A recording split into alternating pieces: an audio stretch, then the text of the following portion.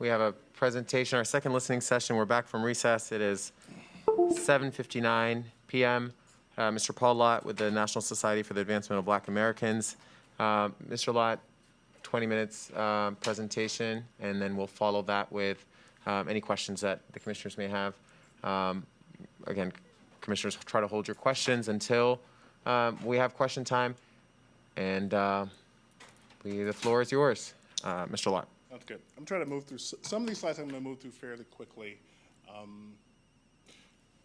We can skip that part because we're going to end up going through it. So, in the midst of the the protests over the deaths of various black individuals and the riots of last summer, a group of us got together, some of us former Harvard alumni, et cetera, and formed the NSABA to say, rather than just relying on protest, let's look at data, and from the data, try to make changes in the different areas. Just like the unemployment rate is different no matter where you are in the country, issues that cause what we call black poverty clusters are different from region to region, okay? Poverty varies from region to region, and poverty varies among different groups.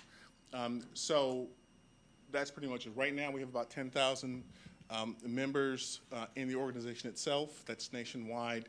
We have reached to about 120,000 people of all colors, et cetera, et cetera.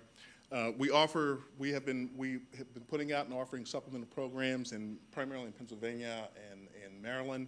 We're going to start next summer here in Virginia. And some of the programs are specific, all of the programs are specifically targeted towards underperforming students. But we'll get back to that. So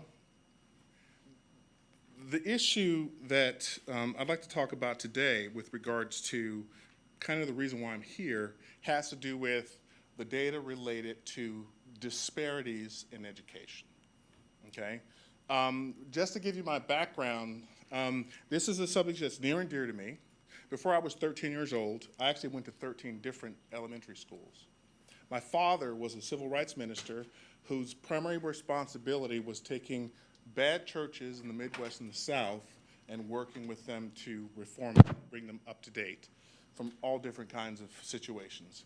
I have seen my family has been homeless when I was a child due to various factors, none our own. My father was abducted and held for 30 days and beaten because of his beliefs. I myself, at 6 years old, a group of kids befriended me and said, there's a shortcut through the white projects. And then they proceeded to try to murder me by beating me with cinder blocks and breaking my left arm. An event that did not prompt the police being called. My dad fixed at the kitchen table. I forgot all about it until I was going to the military. And they told me I was lying on my medical report. And I said, what do you mean? They said, you broke your arm. And then it dawned on me, I was 6 years old. It never occurred to me to even bring it up. And that's what the times were. I have a scar on my left shoulder blade where I was jumped and knifed and left for dead. So I know what racial discrimination looks like. I know what it means to go to bad schools. Norwood Elementary School in Birmingham, Alabama, is a school that was decertified. This was a school that I went to, and I told my dad that I don't think that they're trying to teach me anything because I intentionally got 8 out of 10 problems on a test wrong to test my teacher, and she still gave me an A. She was grading on behavior. So I just put that out there to let you know. Every 7th year, I've taken a sabbatical, and I've worked in some of the worst school systems in the country. I've worked in Gary, Indiana, Roxbury, Mattapan, South Chicago, et cetera, all with the goal of trying to work with underperforming black students and trying to figure out what it is that can help them. Why were they underperforming, right? I'm a kid that came from a poor neighborhood, a poor situation. My mom only had an 8th grade education, but I ended up at Harvard.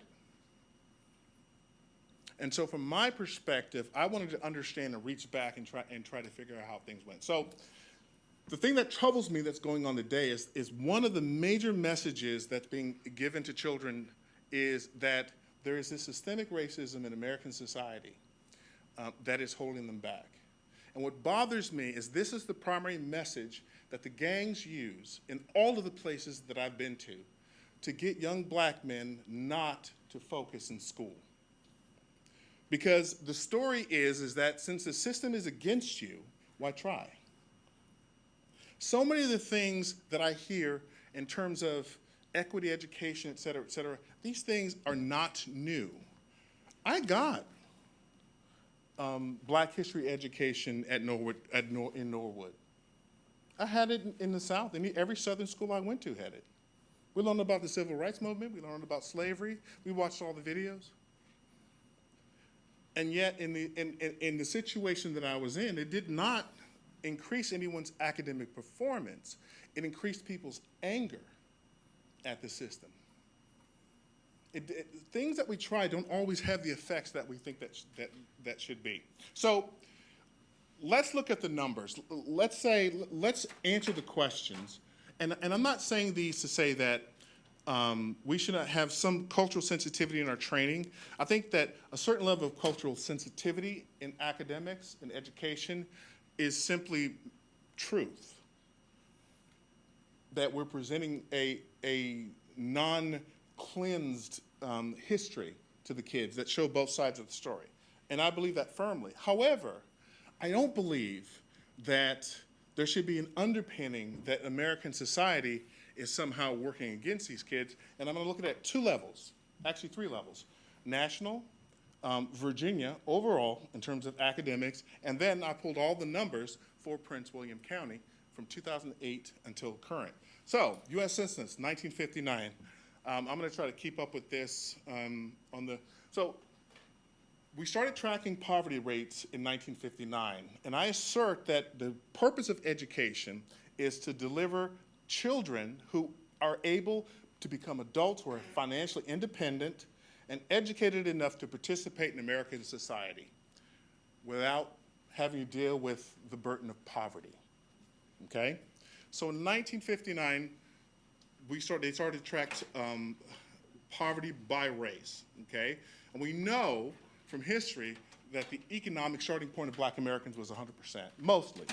And I can go through the numbers, right? Roughly 3% of Americans were not poor at the end of the Civil War, but if you go to the total numbers, it's about 97%. When you look at the total GDP, or rather the net worth, and you average it all out, it's pretty much 100%, but I'll say 97%. We know that in the South, at the end of the Civil War, 90% of blacks lived in the South. We also know that the literacy rate in 1865, or the average black American, that the literacy rate was below kindergarten level in 1865, that by 1968, or by the 1950s, the average education level, formal education level, was about the 6th grade, okay? So these poverty figures show from a national perspective. Blacks at 55% in 1968, drops about 20.7%. And by 1968, so that's like a 20-point drop in 9 years. And then from 1968 to 2018, a 50-year period, you had another drop, down to about another 14%, okay? White poverty was 18.8% in 1959, fell to 10% in 1968. This is 8.1, but they've adjusted the number. White poverty was 10.1 in 2018. They adjusted those numbers downward this year.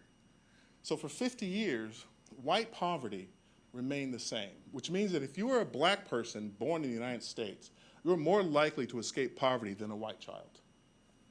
Because white poverty is flat.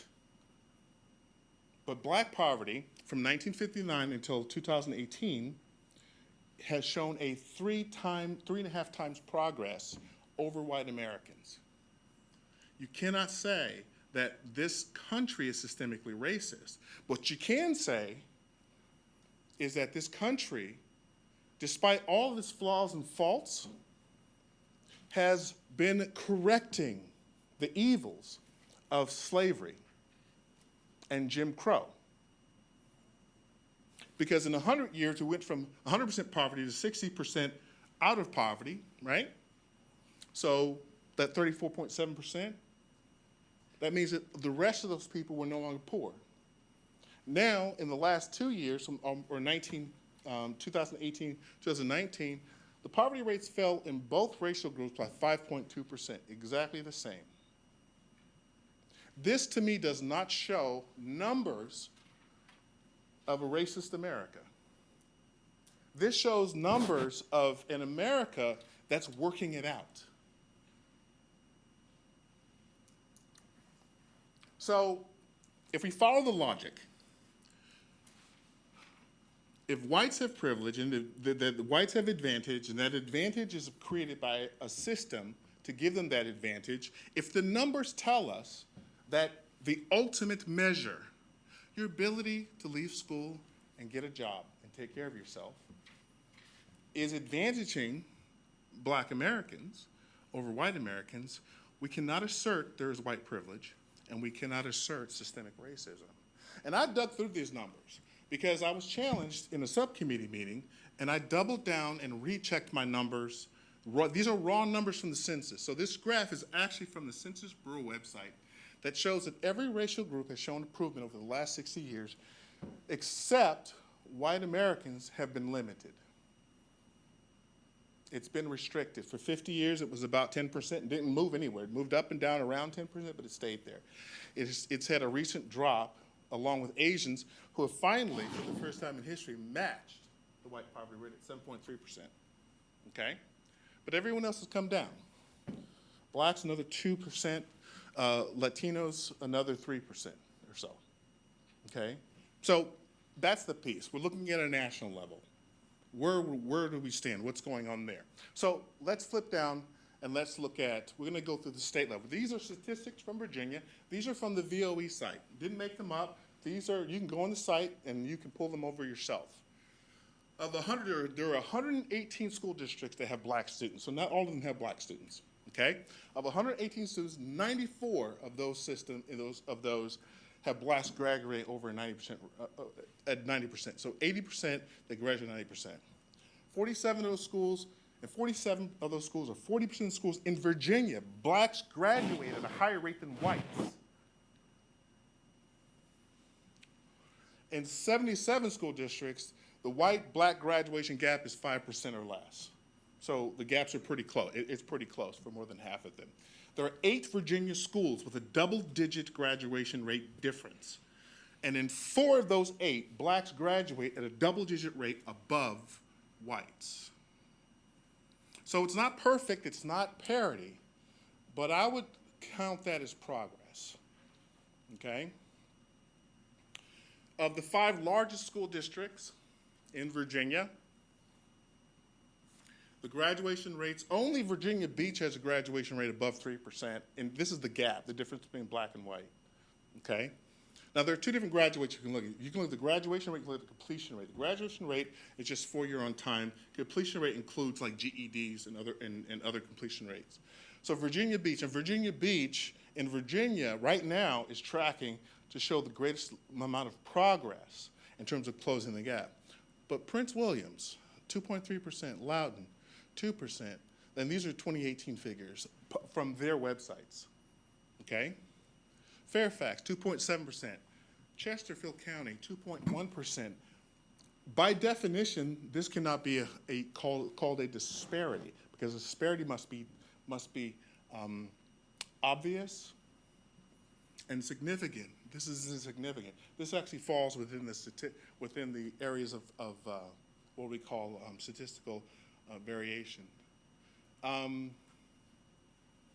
it says disparity is defined as noticeable and usually significant difference or dissimilarity. So we can't technically call these graduation. Now, we've also done studies, and the NSBA, we started studies looking at data across all 50 states, and we were surprised by the data that we saw. And what we found was this: in every major city except for Washington, D.C., where blacks do poorly, whites do worse by at least half a percentage point or more. DC was the only city that had a huge disparity between black and whites. And when we looked at the zip codes of the performance, it's because of how segregated DC is. You go to Anacostia, you have blacks in one area, you have wealthier whites and the politicians of the other area. You had a 35% disparity. But in Philadelphia, Pittsburgh, Baltimore, whites and blacks where schools were bad, they both did poorly. Example, Baltimore. Blacks were graduating at 73% when whites were graduating at 72%. Okay? Similar in Philadelphia, similar in Pittsburgh. We went through the numbers, and we covered those numbers, and we tried to push those out. About 5 minutes, so I'm going to run, okay? What's not on this version of it, because I don't see it here, is we also pulled out the numbers for Prince William County. In Prince William County, well, let me do this. The numbers in Prince William, just to let you know, is Prince William in 2018, the black graduation rate was 82%, or 82.5%. White was about 88%. And without you being able to see the numbers, and I have shared a version of this, from 2008 until 2021. Now, we adjust out for 2020 and 2021 because there's the COVID impact. But if we look at that entire path, the black graduation rate improved by 11.62%. The white graduation rate improved by 9.2%, which means that the black graduation rate improved over whites at a rate of 2.4%. Prince William County is doing something right in correcting inequities. And it's been a trend that's been going on since before. I'm sure before 2008, but these numbers are from VOE, and these are the numbers that the VOE provides. When we go, those are graduation rates, completion rates. Same thing, we see 10.5% for blacks improvement. We see 6.3% for whites, 4.12% advantage to black students in overall improvement of performance. And the dropout rate, in some dropout rates, for example, you had some odd years, but in 2050, the dropout rate for blacks and whites was in less than 0.5% difference. In those other years, you started out where the difference was at 4%. Right now, it looks like it's about 2%, but you've had years where it's been below 2%. About 4 years where Prince William's had a differential below 2%. So what's the point of all of this? The point of all of this is that Prince William County has successfully, through focusing on academic rigor and not anything really cultural or racial, and improving the outcomes for kids, the ultimate outcome. And the ultimate outcome is being able to take care of themselves after graduation. And so what I'm asking is, when we go forward and we look at culturally sensitive teaching in the classroom, et cetera, we consider the amount of time. How much time does it take away from the actual academic subject? Does learning an enhanced level of cultural sensitivity help them after graduation? I'm going to tell you no. Statistically, you remember about 15% of what you learn in school. You're going to 15%, the rest you're not going to learn. But you will use your academic skills on an ongoing basis. Okay? Academic rigor tends to produce better results than other methods. And academic rigor applied across black, white, Asian, no matter what it is, produces better academic results. And I am just here to say, be cautious. You're going to go forward and you're going to give recommendations about what it means, what you can do, what the school district can do to affect outcomes. The job here is not to make people feel better about themselves. If that doesn't lead to a better outcome, that's a parent's job. I will tell you, my parents, I learned history from my parents. My father made sure that we sat down and we watched this movie or that movie or this documentary or that documentary. It wasn't the burden of the school to do that. It's a burden of the parent to do that. And when the parent doesn't do something, it does not then become the burden of the school to do it. Your school system is one of the best in the country. And you've been eliminating the gap over decades without any of this. That's something to be celebrated. That's something to say, let's look at what's been working and not shift directions, but do more of that. What I do see is this. In the school systems where we have looked at statistical margins as fine as what you people have put in place, the difference in that 95 to 100 or 95 to 99% improvement had to do primarily with the introduction of individualized learning selectively for children who had reached a ceiling, right? It's exceptions management. If 95% of your kids perform well in the system that it is, it's a lot easier and a lot less expensive to focus on individualized learning for that 8 to 5% that can go to the next level. But you're doing extremely well. And that's really what I came here to say. In terms of, I appreciated the previous speaker in terms of cultural sensitivity, but there's so many things that I disagreed with. He didn't define justice. To me, justice is being able to get a job and take care of you and your family and create financial stability for your community. And that's something I can measure. It's not something I feel, it's something that I can measure. And that's what we have to get to. What can you measure? If you can't measure it, you should not be teaching it. And I'll end with this. In the words of Solomon, there is nothing new under the sun. In Alabama, they doubled down and focused on black history as a way to change things, and it didn't do anything. In Mississippi, my mother was born on the same plantation that my family were slaves on. She left when she was 17, only to find out that the woman who ran the plantation was her great aunt, and it was kept from the young black kids so they wouldn't spread it around town and there would be no backlash. I spent many a summer on that farm. My grandfather was what they say puckwooder. It's a pulpwooder, but puckwooder. If you did messed up in my family, you spent the summers cutting down trees with my grandfather. And there was a lot of racism there. But I encourage you to distinguish between racism and racial discrimination. You cannot change how people feel about each other. And I'll give you examples of massive failures in the public school system. The metric system. We still talk in feet and inches. Bilingual education.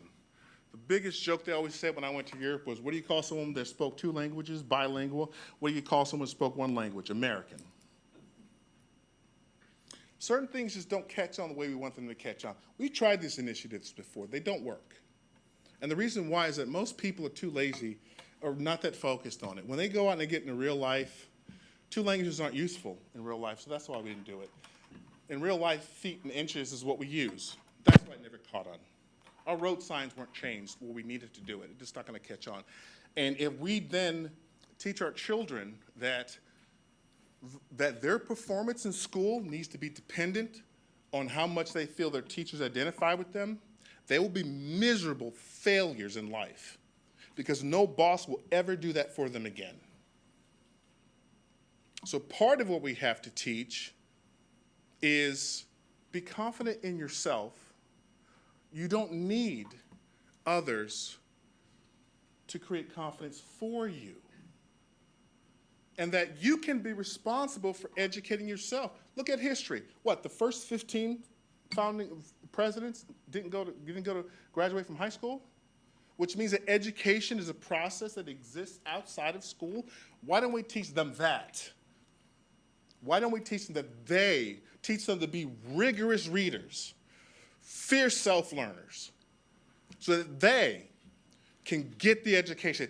They can pick up Black poetry. They can read books. I never learned about Frederick Douglass and what he did in school. I read a book. I picked up a book because that is what was significant to me. And that's what came from my parents. When the hand of government tries to make these kinds of changes, you create backlash. Because whether you think you are or not, you are selectively addressing one group over another. Whether you think you are or not, children will see it as focusing on someone else over them. In the NSABA, in the last year, in our Maryland chapter, I have 3 parents whose white sons committed suicide.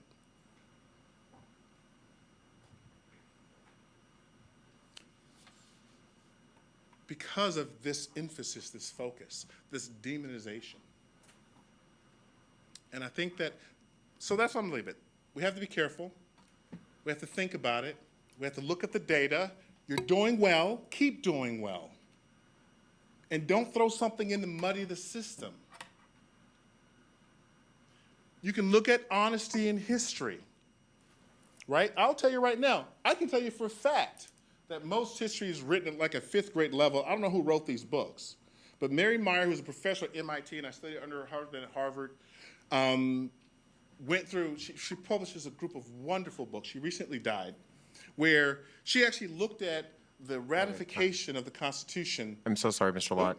And I'm going. We'll have time, sorry. It's just, we went to 25 minutes for the presentation, but we do have questions, so the Sure. conversation will continue. I'm sure there are questions on, everyone's minds, perhaps, Go for it. or not, but just a reminder to everyone to, let's try to do this round robin so that everyone has a chance to ask their questions if they have them. And we will let's keep it to 2 questions per person, and, limit our time to be mindful of everyone else. And let's go ahead and get started with questions, if we have any. Commissioner Haddow. Mr. Lott, thank you for your presentation, and I was delighted to have heard a version of it in our Education Committee meeting. Is it your sense that in Prince William County that we have such a pervasive systemic racism issue in the schools that this culturally responsible teaching is a critical element that has to be overlaid on top of it in order to correct that systemic racism? Not going to get into the data here, but what the primary issue that faces the Black community and Latino community is not that we have a system that currently is discriminatory, but we didn't start from the same place as others did. So, and we have some built-in challenges that are really hard to deal with. And I'll give you an example of one.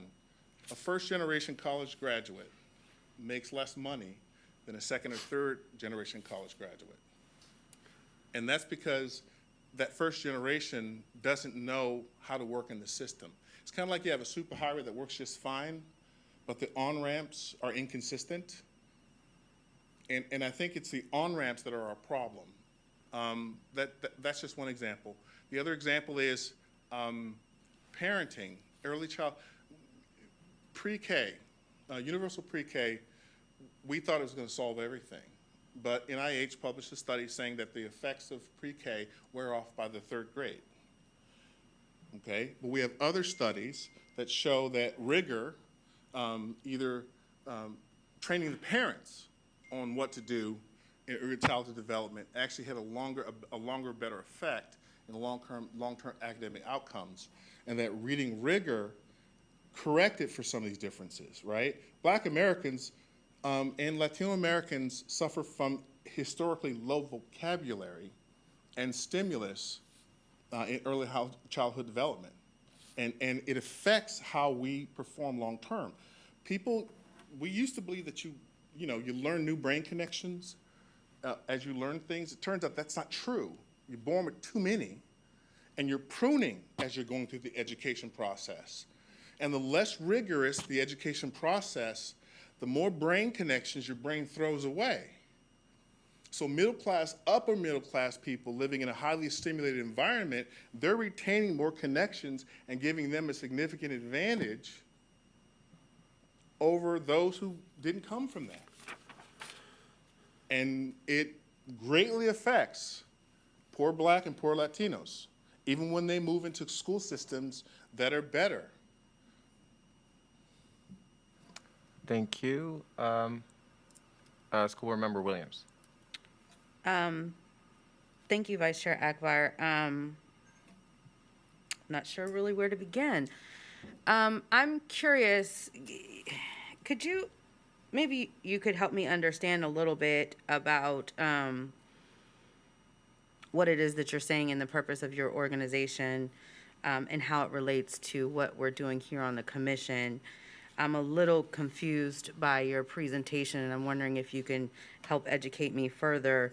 I understand that your organization is the National Society for the Advancement of Black Americans, and you talk about in your presentation, you talk about systemic racism and white privilege, but then you say that the problems are not because of systemic racism, it doesn't exist, and that there really isn't white privilege, and that I'm gathering what you're talking about has to do with poverty instead, but I'm confused based on your language and what you're saying versus your presentation. Could you provide some more clarity on where you were going with this, and also where you got your statistic that said, or your data point number 2 that said, we know from history the economic starting point of Black Americans was 100% poverty. I know you clarified, you said maybe 3% or so, maybe 97%, but I'm curious how that factors in, because there were Black Americans that did not start in poverty. It wasn't just 3%.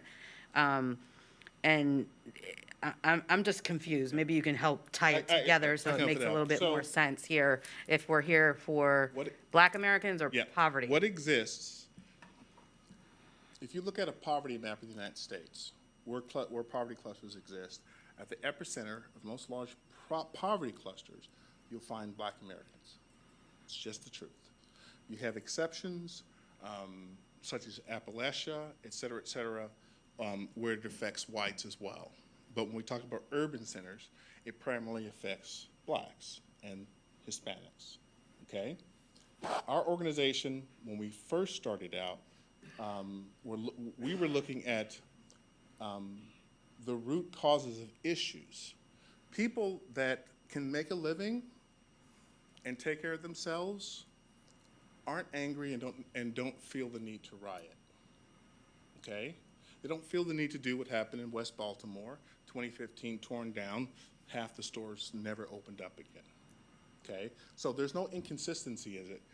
We focused on Black poverty clusters, and it leads us in certain directions in terms of education, economics, and causes.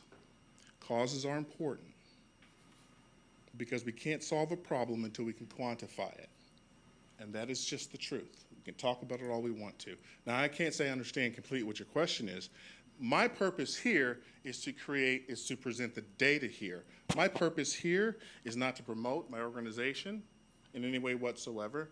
My purpose here is to say, this is data that we looked at. When we looked at the data, initially I thought that I was going to see greater levels of disparity, that I was going to see a different result. And we were surprised, particularly with the Virginia school numbers, that they weren't what we thought they were going to be. When we went through and did the 50-state report, they were not what we thought they were going to be.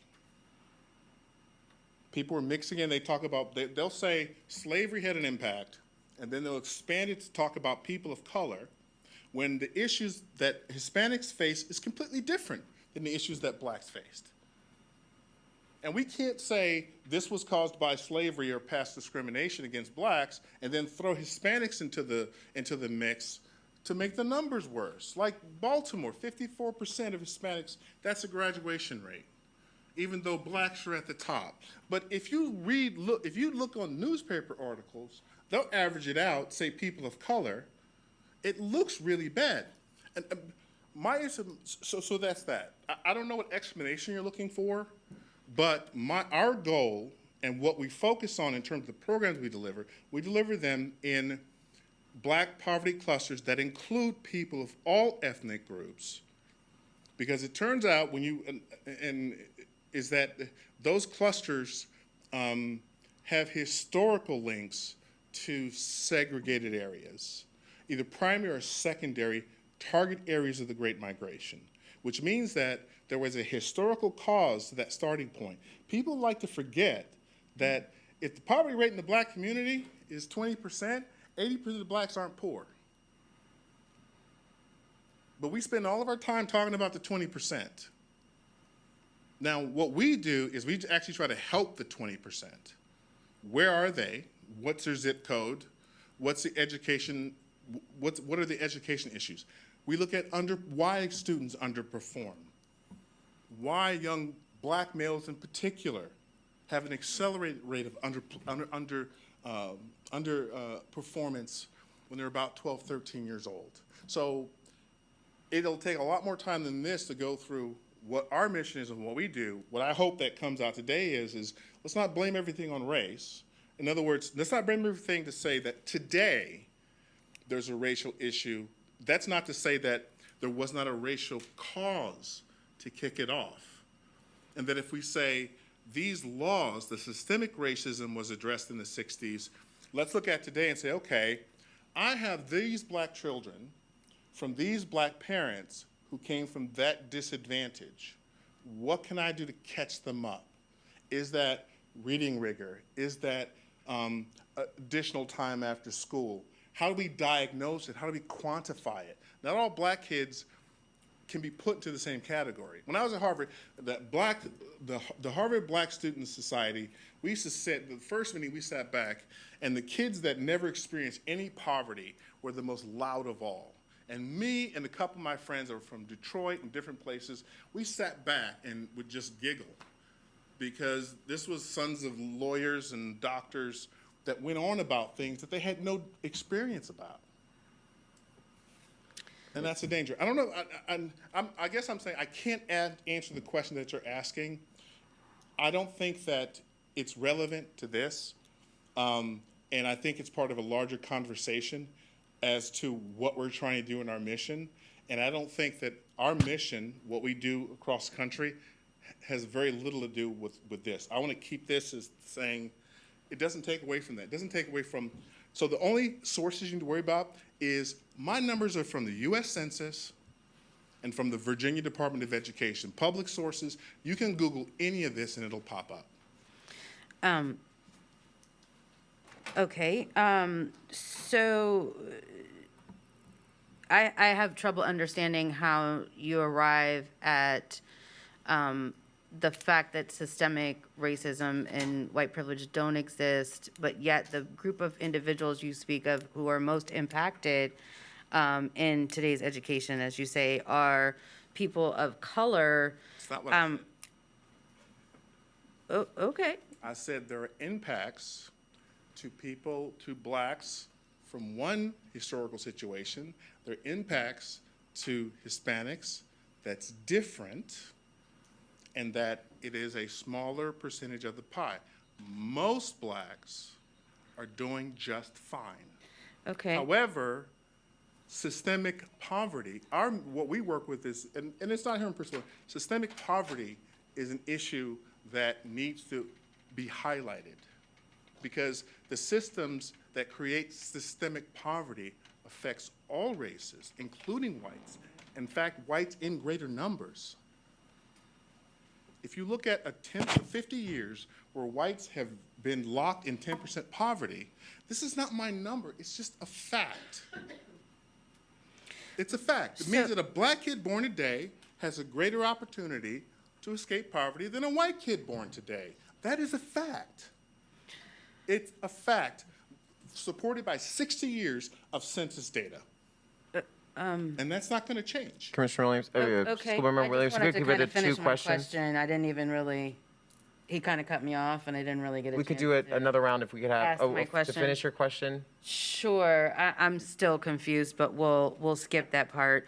Because how does all of this relate to what we're doing here in Prince William County and Prince William County Schools? Because Prince William County Schools has been doing culturally relevant teaching and materials and recognizing the difference and looking at the gap and further breaking down the data, not just a straight graduation rate. I mean, we even had a presentation on this last night, and we have an equity scorecard that does speak to our gaps. This is the older version. It was just updated, new material released yet last night at our school board meeting. But I'm wondering how this impacts Prince William County and Prince William County schools when we do see that there are continued gaps, and have you looked at those gaps, not just at graduation rate, but gaps throughout the educational system in Prince William County students? Yes, we have. And part of my answer you won't like. Part of the answer, I don't know. Part of the answer is educators tend to look at their noses too much and analyze details that aren't relevant to the eventual outcome, okay? So I've looked at your studies. I mean, I looked at the differences between the different types of diplomas, the programs that people go in by race, yada, yada, yada, yada. The biggest difference, which none of you emphasize, and no school district emphasizes, the only gap that really matters is the gap between proficiency rates in math and English versus graduation rates, because that's one that affects a person's life. All the other things are very subjective, and there's no data that says that it's race-based or otherwise. The problem with the disparity is not active. It is a snapshot in time. If I look at the disparity from 1959, it says it's huge. If I forget about that and look at the disparity in 1968, it says it's huge. And then I forget about that and I come to 2021, I look at a disparity, which is a fraction of what it was 10 years ago, but without context. Well, you know, we have to deal with that disparity. It's quite significant. No, it's falling on its own with what you're doing. You're addressing it, you're fixing the problem, you're addressing it. What will turn you backwards in time is to start introducing things that have no evidence that they improve anyone's outcomes. And in fact, there's evidence to show that it worsens outcome.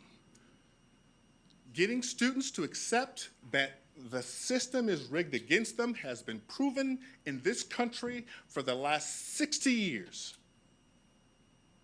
to decrease academic outcomes among the poor, not increase.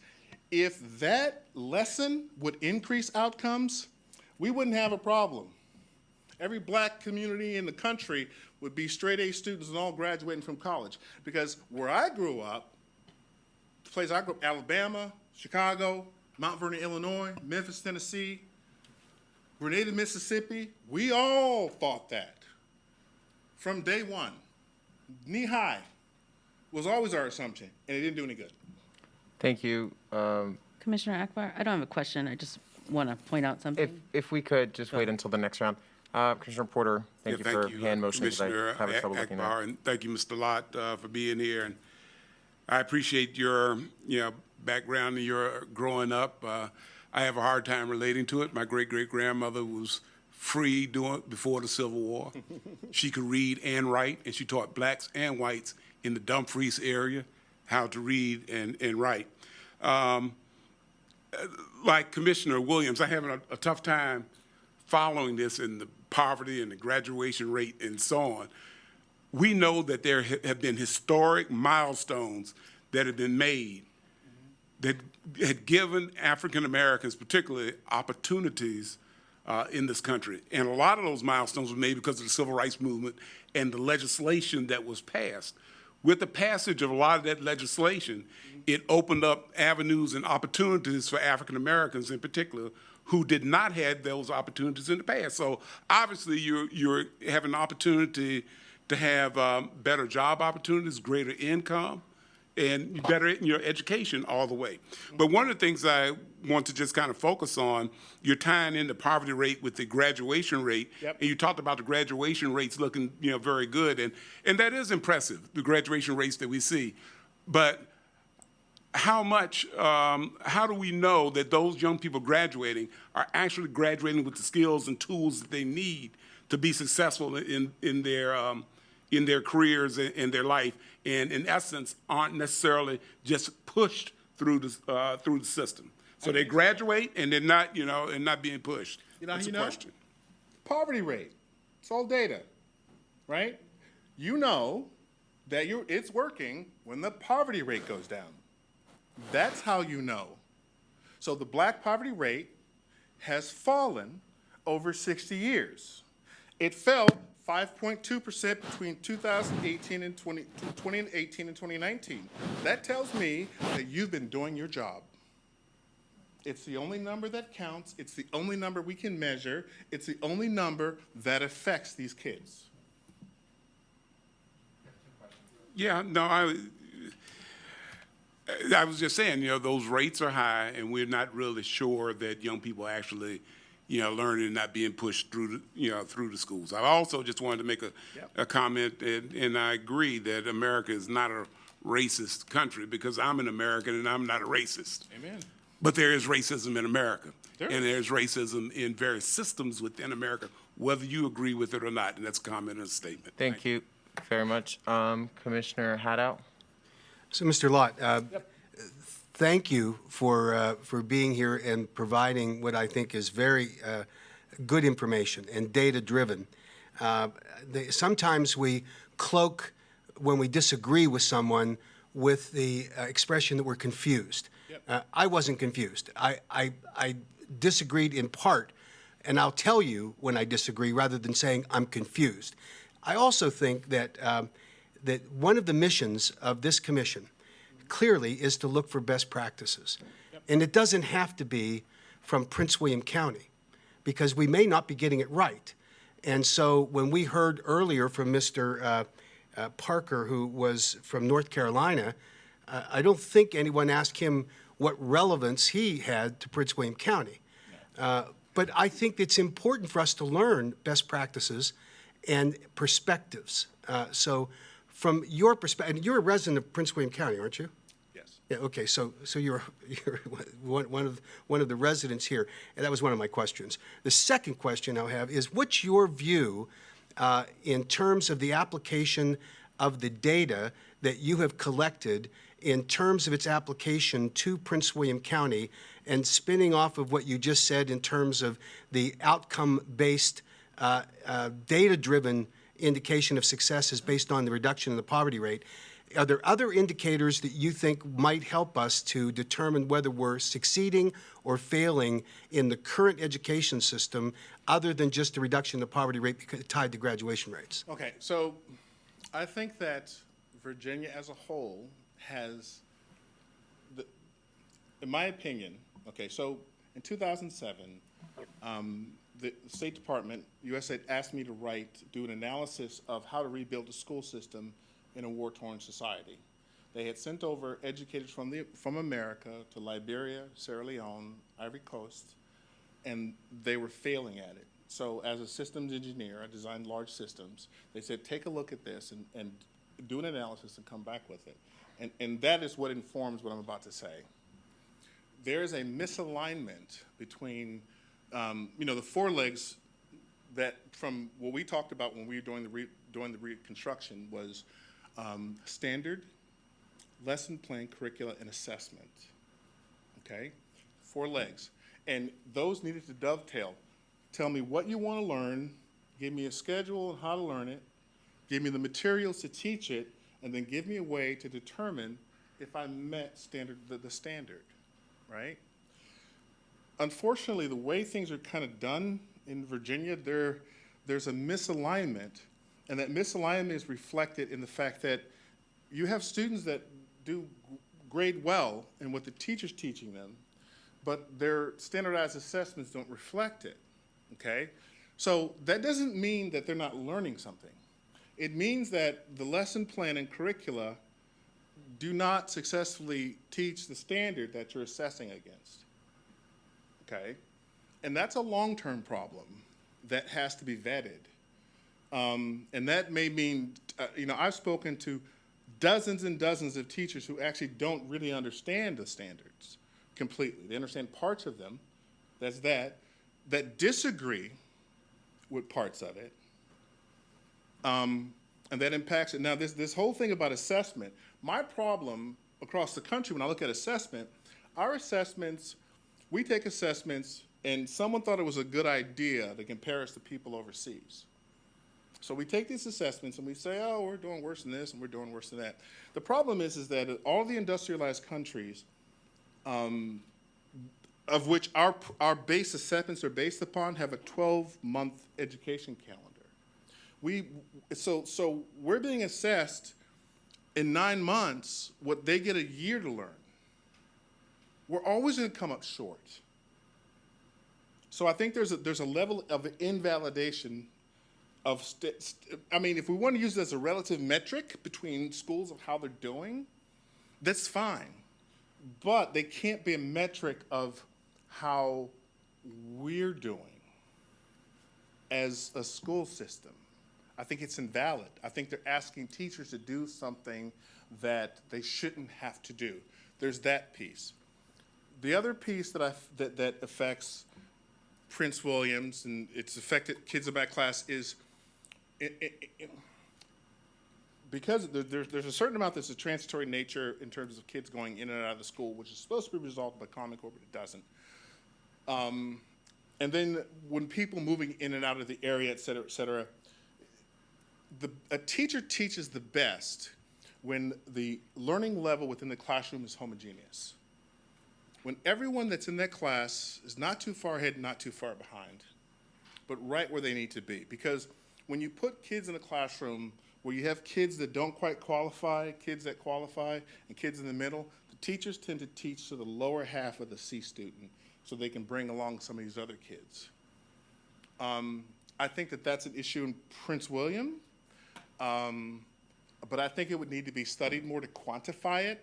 I say this, that I've seen it in other places where we have quantified it and anecdotally dealing with, and it's only a couple dozen teachers talking with and observing and that kind of thing that's come back to say that these are structural issues within Prince William. In my opinion, I think that I think the state needs to have a standard that only includes something like 75% of what needs to be taught, and that 25% needs to be purely left up to the school district to create a supplemental standard of what is actually taking place in the classroom. I think that is the most responsive and flexible thing that you can do.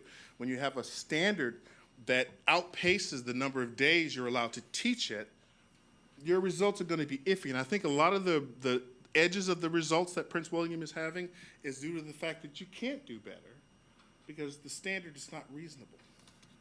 My opinion, based on what I've looked at. Thank you, Mr. Lott. I have some questions of myself. You mentioned that speaking multiple languages isn't that beneficial. I teach French, so I took that a little personally. But actually, I will speak on behalf of all the monolingual people that I've had to interpret for in systems of crisis that I think I was pretty essential in speaking 7 languages. I think, when you're talking about the graduation rates, you said that we're doing something pretty well and that no need to muddy a system that's already working. I recently saw some data, in the Education Committee, Commissioner Haddow had provided some data about graduation rates improvements, and that's actually across nationally. What we saw that was school districts did very quickly get an improvement in their graduation rates, but we didn't see that same improvement. You said that what we should be looking at, I think you said, was graduation rates versus math competency and literacy. So I did, being an educator and working on education stuff myself all the time, I'm very interested. And the gaps between black students and white students are pretty large there. In math literacy, in Prince William County, of course, which is what our task is. And so even though the graduation rate was, within the points that you had mentioned, and I wonder how much of that is because of the difference. You said that we turn our noses as educators towards things that aren't necessarily important, like standard diplomas versus advanced diplomas. Could you speak to the curriculum in an advanced diploma and how, because there's a big difference, more than 10 points on the students, black students getting advanced diplomas, and other races as well. Obviously, there's differences. Can you speak a little bit to how much of an impact you think the types of diploma students is getting is on their literacy based on the requirements of each of those diplomas, applied studies, advanced studies, and standard? Yeah. So I'll start with the antidote. When I was a senior in high school, right, I had already been in college for 3 years. And I take one class at the high school in order to play football. Harvard came and they invited me to go and study there. And my mindset was I wanted to go to the University of Delaware. I wanted to be a history professor. It was settled. I was done. I was going to play football there. That's what it was going to be. And they convinced me, and I said, why did you show up here? They said, well, the SAT scores came out, and the way we do affirmative action is we don't assume we have to change the standard. We assume that there are qualified blacks out there who just never thought to do it. And the part that, the work that has to be done is Prince William needs to have a protocol to determine why based on data collection. Because I'm going to tell you, from a cultural standpoint, I was a great student. And there are so many things in my life I never would have even thought of. My income goal was to make $25,000 a year. I'm sorry to cut you off. I just wanted to be specific on time since I want to so I'll mention be this. specific. You So need to put specific together a about, protocol to determine that, because just like the unemployment rate, there is no blanket answer to that. so there's no blanket answer, so we can't factor out race. I'm saying, okay, you can factor out racial discrimination unless you find a reason to include it. It is more likely, just as I said from the beginning, that blacks and whites start from a different point. Doesn't mean the system from that point forward is racist. It means that it takes time to correct. Okay? So I'm saying in your situation, doesn't mean that that there are individuals of a race that have not been impacted in some way where they wouldn't think to do this or want to do it, or in their peer group not encouraged to do it, right? Those are data points that you have to do the work to find out. Right, and I think data is absolutely important, as you're saying. The reason I'm asking is Yep. as an educator, of course, we look at these numbers, and you mentioned standards-based grading. We do actually do standards-based grading. We have to be very familiar with our standards because we have to list them in the grade book as though this is the specific standard that I was testing. This is the standard that we're speaking to. So Prince William County does a great job as far as adopting standards-based grading, which we recently did. The question that I asked again, and I'm asking this, is because me being an educator, I look at these things differently. Do you have an educational background? I know you said systems engineer in building the systems, but I've owned do you have a firm licensure? that developed education systems for the last 10 years. I appreciate that, but do you have like, I was instruction in curriculum development or in, you have Yes. you have an education background in, I've taught at the graduate level. I've developed software for K-12. I've worked with all of the publishers to develop software for them to K-12 to understand the education life cycle. If you're going to tell me that my perspective is invalid because I'm not a teacher, I'm going to respond that the State Department asked me to do the study because the perspective of teachers resulted in failure, and that sometimes an outside perspective is valid, should be listened to, and blended in. Doesn't mean you have to take my word at it, but it doesn't mean that you look at me and try to disqualify what I am saying based upon the fact that we have different backgrounds. So I understand how education works. I consulted when Common Core was put together, and yes, the system that we developed seeks to align standard with whatever's taught. But I'm going to tell you from a human standpoint, it is an invalid exercise. And the reason why it's an invalid exercise is that it depends on perspective. And the reason why your assessment tests are faulty is because the people who write them are distanced from the people who are teaching it. And that creates a misalignment.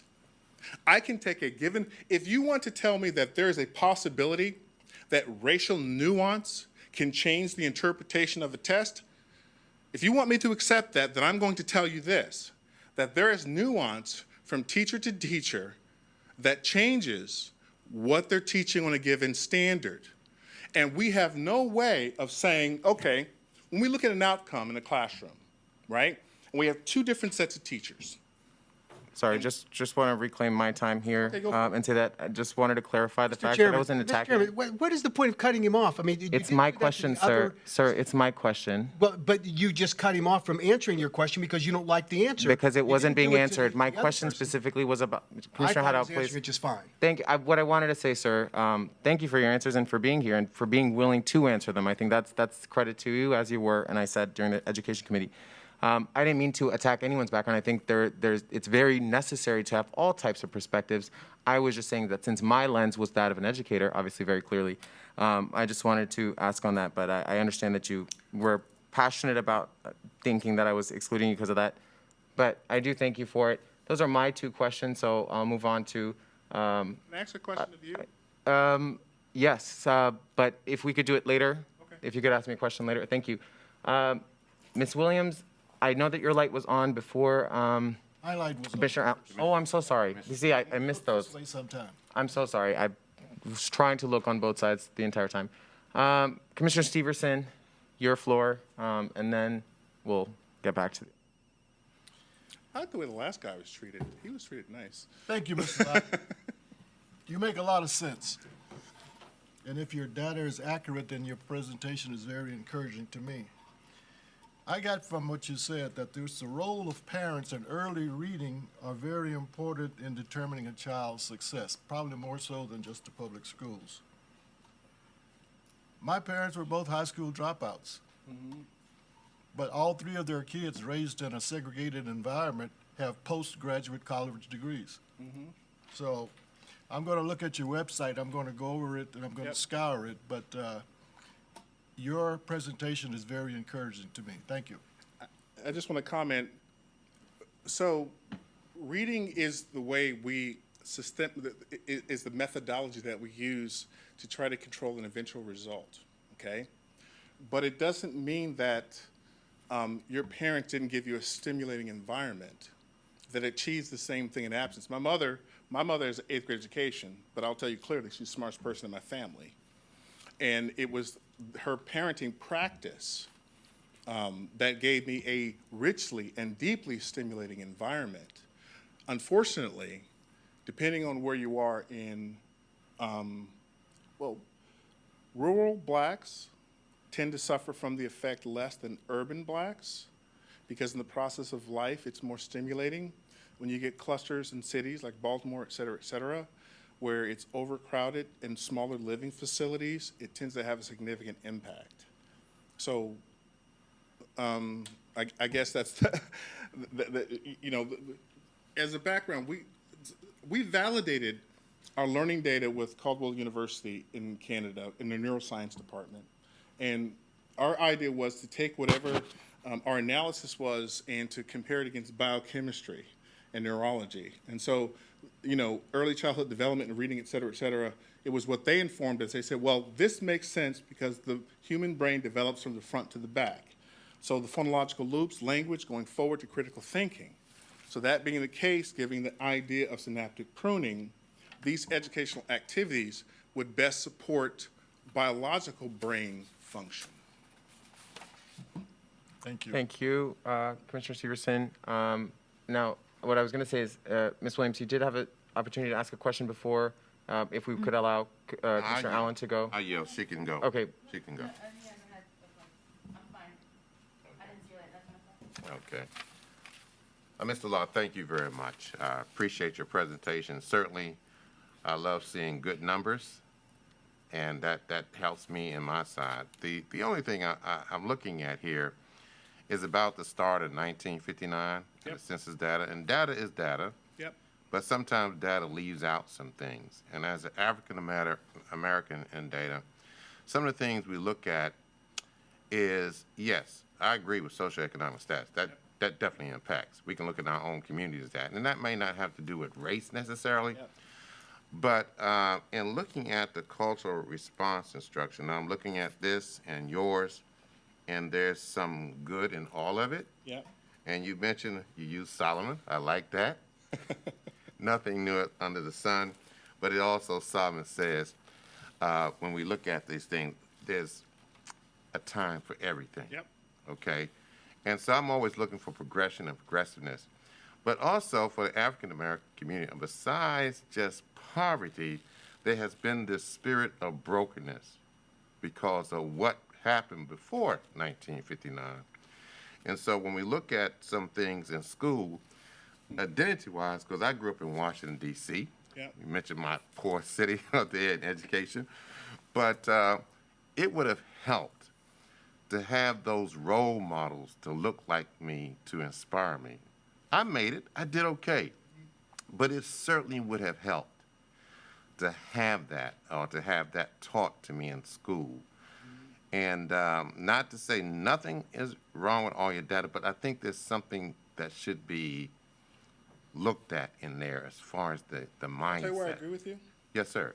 When I made the statement that we have to focus on truth and not necessarily on these other issues. So let's just look at what led to the Civil War, right? What we're taught, what is in the textbook is not true, okay? There's a further context to it that whites did not easily accept slavery, okay?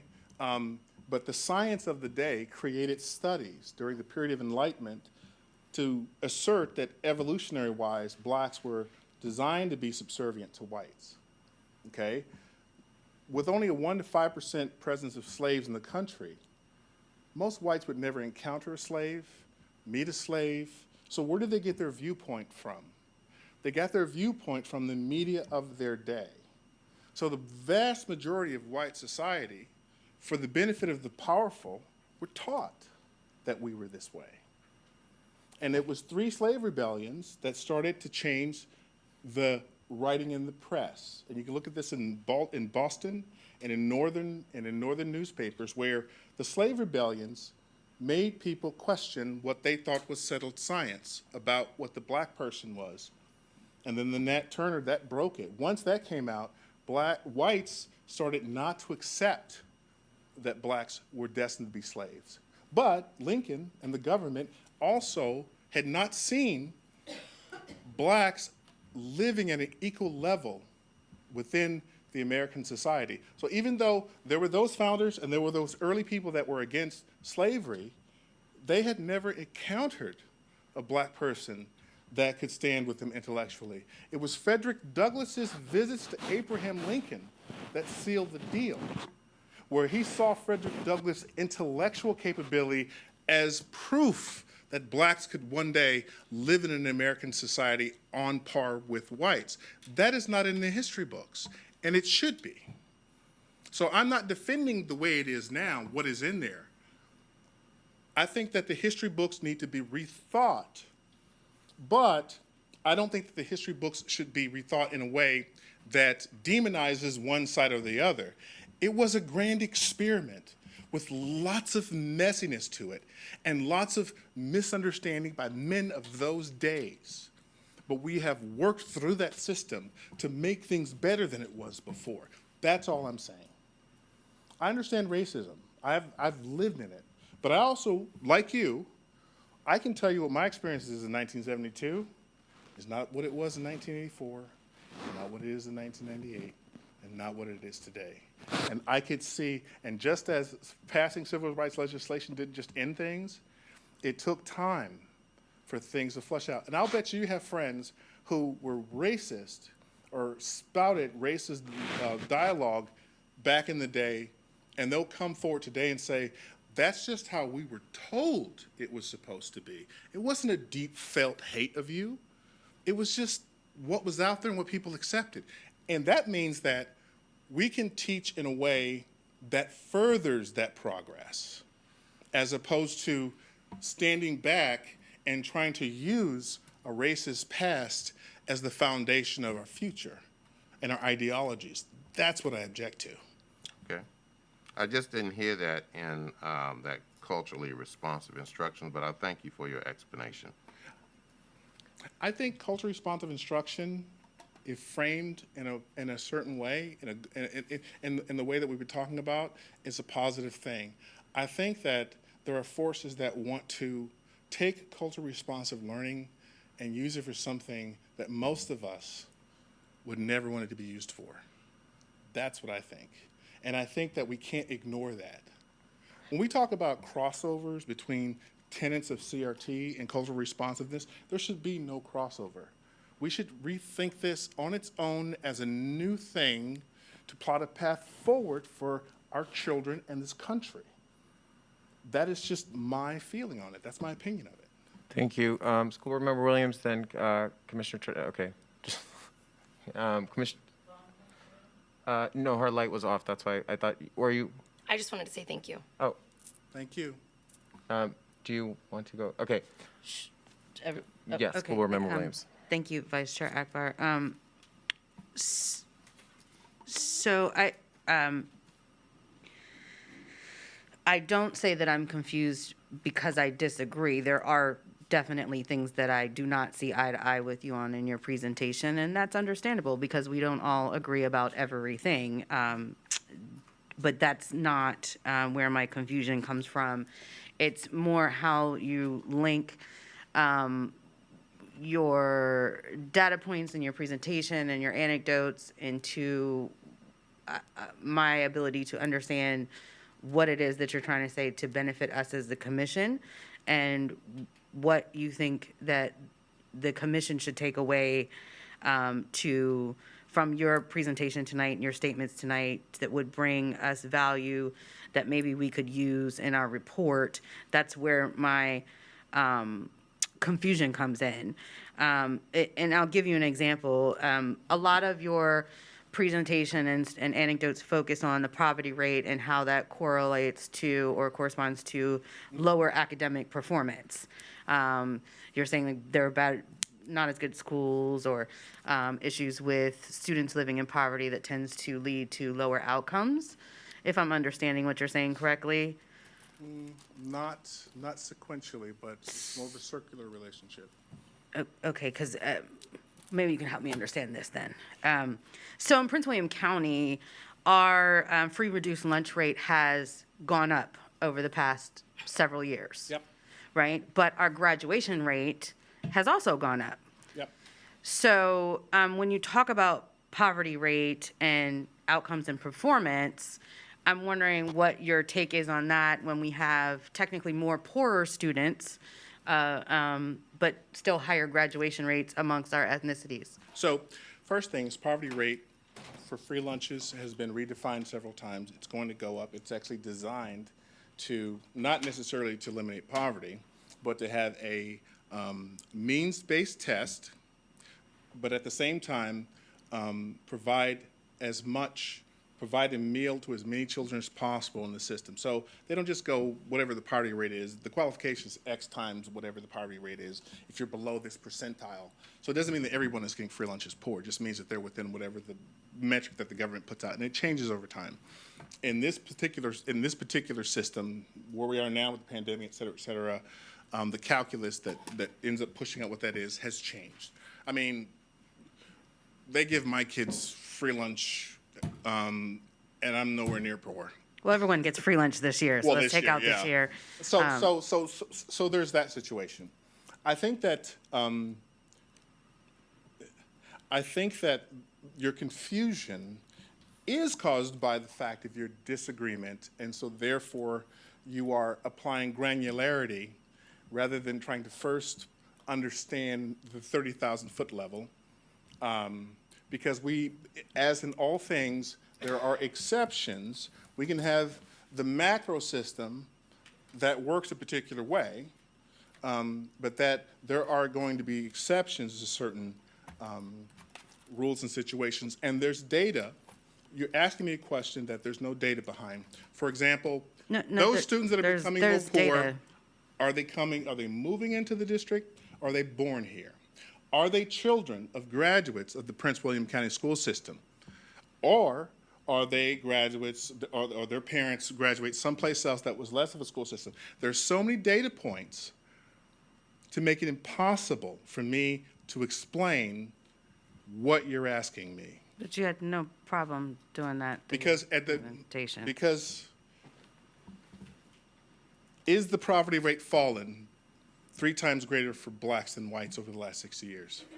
No, I was talking about the poverty of our students my question was, our poverty rate has gone up amongst our students. We have more Title I schools. We are a majority minority, even though I hate that terminology, for Prince William County. Yep. So that would include minority students, African Americans, Hispanics, and so forth. The poverty rate of these children have gone up, but the graduation rate has also gone up. So I was wondering how, during your presentation, you talked I about would need to look at the data points specifically. for that. Okay. I didn't. Well, no, not just Prince William County, but you made a correlation to poverty being indicative of lower Because the performing correlation is students. Okay, Because Success Academy, Vice Chair. they're all poor. Success Academy outperforms academically all of the schools in New York State, okay? They outperform them because of the rigor of their system. They are still poor. They did not become unpoor. But there were actions taken to mitigate the effects of poverty. So if Prince William County is doing things to mitigate the effects of poverty, that is something to applaud. It doesn't invalidate what I'm saying. It simply says that if we look at the data in Prince Williams County, we may need to have a protocol to understand it better so that we can further increase that. I never said that there's I never said what you said.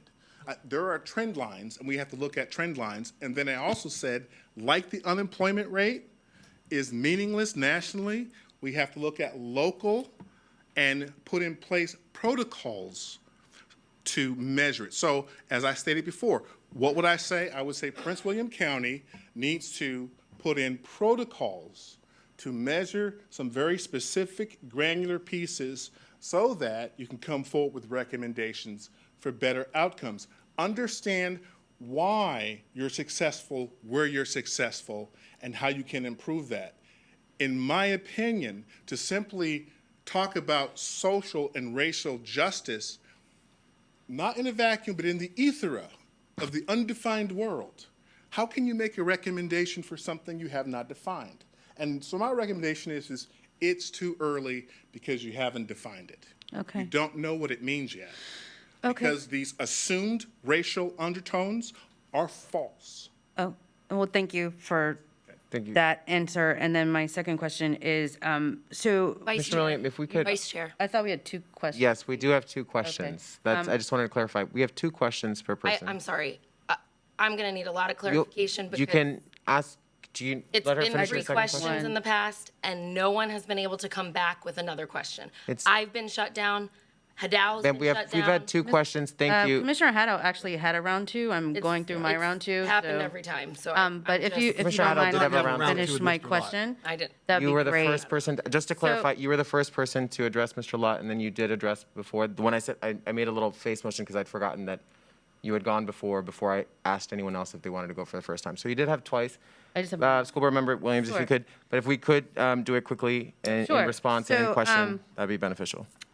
You know, Prince William County has a long history of collaborating with outstanding presidential award-winning programs like EIP, which works specifically with minority students who are first in their families to go to college. They teach not only booster the skills in prep in the summertime for students for the classes that they're going to take in the fall, but a large component of that program is dealt with culturally responsive teaching students about their history, about their culture, how that impacts them, how that impacts their learning. And because of that, these students graduate, often go on to college. They have a successful track history and program. Prince William County Schools also has incorporated culturally responsive teaching for the last 20 years. And so I'm wondering, how is it that you, I know you said you do agree with some aspects of culturally I can respond responsive now because I teaching, think I understand your but I'm wondering, how is it that you account for programs like that that have such a high success factor that they're, you know, presidentially awarded programs, they're over 20 years old, Yep. and they do benefit specifically Yep. African American Hispanic students. And then I'm also a graduate of that, so I can attest to the impact that had and my desire to continue my education, because I was going to drop out of high school. I didn't feel the need to continue learning because I wasn't learning anything relevant to who I was as an individual. Ms. Williams, if we could wrap up the question, So how do please. you account for successes of those programs where the focus is academic rigor in addition to cultural responsive and relevant teaching?